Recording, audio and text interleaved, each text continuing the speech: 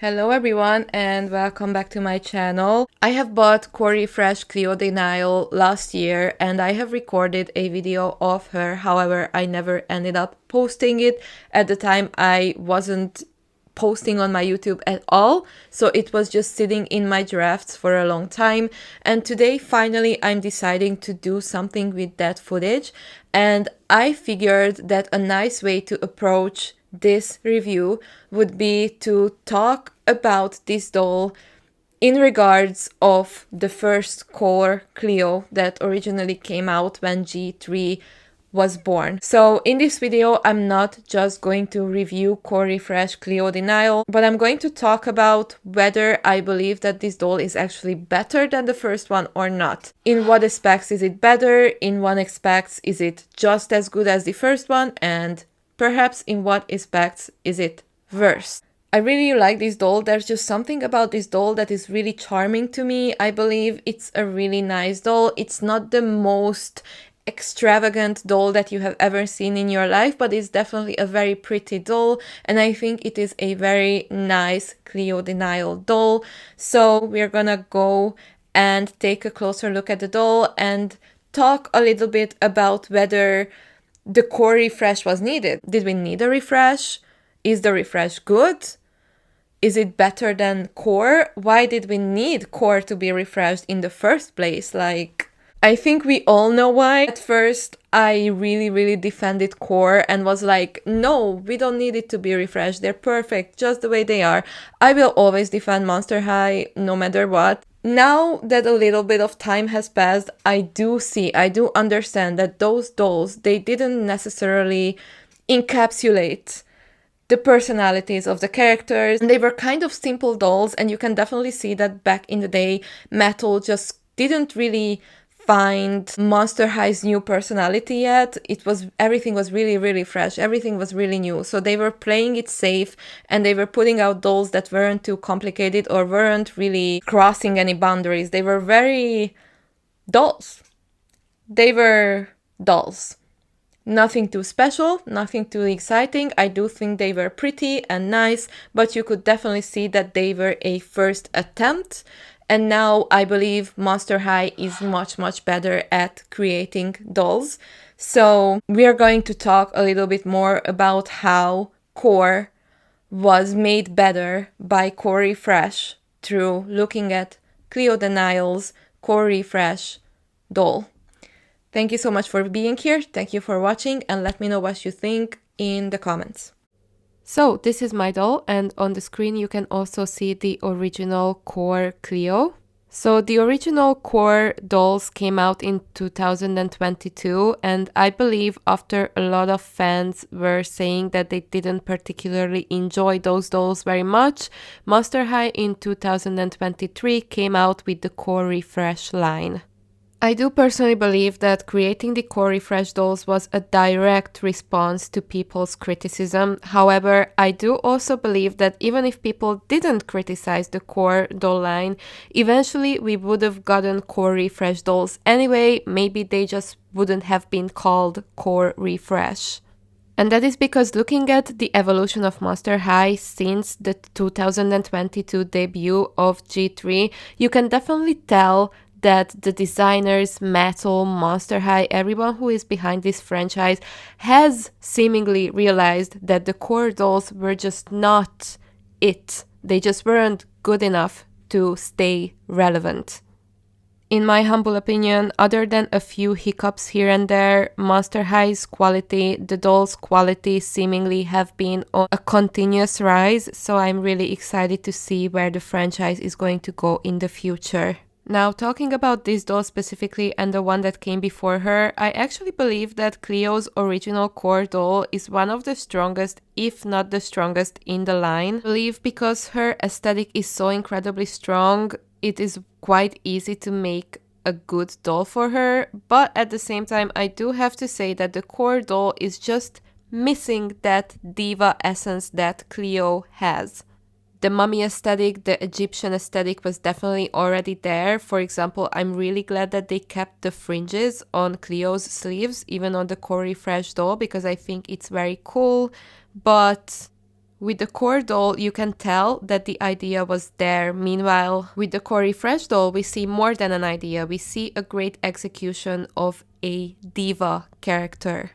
The distribution of colors on the Core Refresh doll's outfit is very different. I believe this doll looks cleaner, more elegant than the first one. The core doll had some interesting color choices on her boots. Beige and orange are missing from the new doll. One thing that I really don't like about the first doll is the boots. I believe the boots look quite silly, and I'm glad that they did not feature orange or beige in the new doll's color scheme, because I just don't think those were necessarily Cleo's colors. But other than that, we do have the light blue coming back, the dark blue, the shades of gold and yellow and black. But the distribution of these colors is just much nicer looking, much more chic than on the first doll. One of my favorite details of this doll is the snake that she has on her leg. I believe this gives a certain edge to Cleo's character that she desperately needed, because she is a bit of an edgy character. She's meant to be a bit of a mean girl, a diva. Now, obviously, she has her lovable side. She's not that much of a mean girl, especially not in G3, but she does have an edge, and I believe that edge needs to be represented in her dolls. I mean, she is a royal after all. We need something that represents that she is a royal, and the golden snake on her leg does that very well. And by mentioning that she's a royal, I just realized what my problem is with the first original core doll. She does not look like a royal at all. She does not look like her father rules a kingdom. She's not just any mummy, she was meant to rule, and we need to see that in her character, in her outfit, in her everything, because that is a very, very integral part of who she is as a character in Monster High. Her shoes are amazing, by the way. I love these shoes so much more than the original boots that we got with the core doll. Like, this is a piece of art in my opinion. But yeah, after creating the core doll, I can definitely tell that the designer team very quickly realized that she's missing her royal highness essence, and since then I believe every single other doll has done a much better job at showing just who Cleo the Nile is. I love the dark blue hair, by the way. I know some people have a problem with the fact that she's not a brunette anymore, but I just love this shade of blue for her so much. I would love to see her as a brunette, but I'm obsessed with the blue, so I have no complaints. Her new bag is a major upgrade from the first one, and in my opinion, the comparison of these two bags perfectly encapsulates what the problem was with the original core line. I personally look at that pyramid bag, I feel like something is missing. I believe since then Monster High has executed much better pyramid bags for Cleo. The problem with Cleo's first bag, the problem with Cleo's first doll is the same problem with any other core doll, which is that something is missing, and that something is the essence of Monster High. The core dolls look like any random doll playline. They are missing the Monster High essence, and that is because it was the first. It was the first after a long hiatus. It was the first after canceling the entire franchise. So am I mad at the core dolls not being the best? No. I love looking back at them. I love the nostalgia. I remember how excited I was when Monster High came back, when I could go to toy stores again and find Monster High dolls on the shelves, and these dolls are the reason why we have everything else now. No, they nearly weren't the best, but they were lovable. And talking about lovable, one of my favorite details about G3 Cleo is that her heart is in a jar. I think that's a very cute detail that they added about the character. I love that she carries her heart in a jar, and when her heart gets too far away from her, she becomes meaner, if I remember from the cartoon correctly. That's a very fun detail about her. And now my favorite thing about this doll is that she has a snake instead of a puppy. If you have seen my Scalita Calaveras video, then you might remember that I was talking about the fact that I prefer Monster High characters having unconventional pets. They're monsters, they are edgy, they don't all need puppies and cats. Some of them need some more unconventional pets. Obviously, some of them having dogs and cats is nice, but this original doll, the core doll, had a puppy, and I just remember everyone being so mad about the fact that they took the snake away from her when her snake was so iconic. So I'm just really happy about the snake being brought back. Just as the doll did, the accessories also got a bit of an upgrade. I believe this pizza in the extremely fancy pizza box is much nicer than the original burrito that she got with her first core doll. I know this video is a bit fast-paced and chaotic. I didn't want to dwell on this topic too much. The core dolls came out 4 years ago and the core refresh line came out 3 years ago, which definitely wasn't yesterday. But there is still so much hate out there towards G3 and there is still so much discourse being had about these dolls. So I just wanted to give my brief perspective. I believe the core refresh line was necessary to make something average into something good, and now that we're getting the core refresh 2 line, this year, we're going to turn something good into something great. That being said, I believe it's time for the haters to stop hating on the core dolls so much.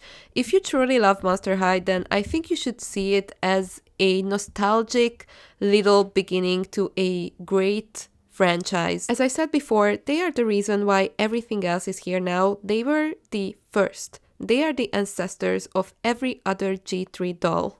People criticizing them is one of the main reasons why we got the core refresh line and why we are now getting the core refresh 2 line. So I think blatantly hating on them is not productive at all anymore. I mean, blatant hate is never productive, but yeah, anyways. The core dolls were average and the core refresh dolls are better. And that's just something that we need to accept and move on. I keep changing the LED light in front of me. I don't know which color is the best. Now I changed the purple to red. So now I look a little bit ominous. But anyways, so that was the video. Let me know what you guys think. Do you agree? Do you disagree? Did you like Core Refresh better than Core? Or now that we have the second wave of Core Refresh coming out, do you believe that those are better than the first two lines? I personally think that the second line of Core Refresh is really, really great. I do believe that through the evolution of Core Refresh and Core Refresh second wave, you can definitely see the way Metal is becoming better and better at reading the personalities of each character and at creating divas, dolls that actually stand out. So I think Core Refresh was a really good first trial at trying to make quite mediocre dolls look better. So I really do think that this Cleo the Nile doll is really pretty, really charming, and is a really nice doll. I think her outfit, her hair, and everything is really nice. She has really cool accessories and a really cool pet, which I'm really, really happy that her snake has returned. Her puppy was cute, yeah, but Cleo needs her snake, right? Like, come on, she needs her snake. That being said, thank you so much for watching. Let me know what you think in the comments, and I will see you guys in the next one. And they were putting out dolls that weren't too complicated or weren't really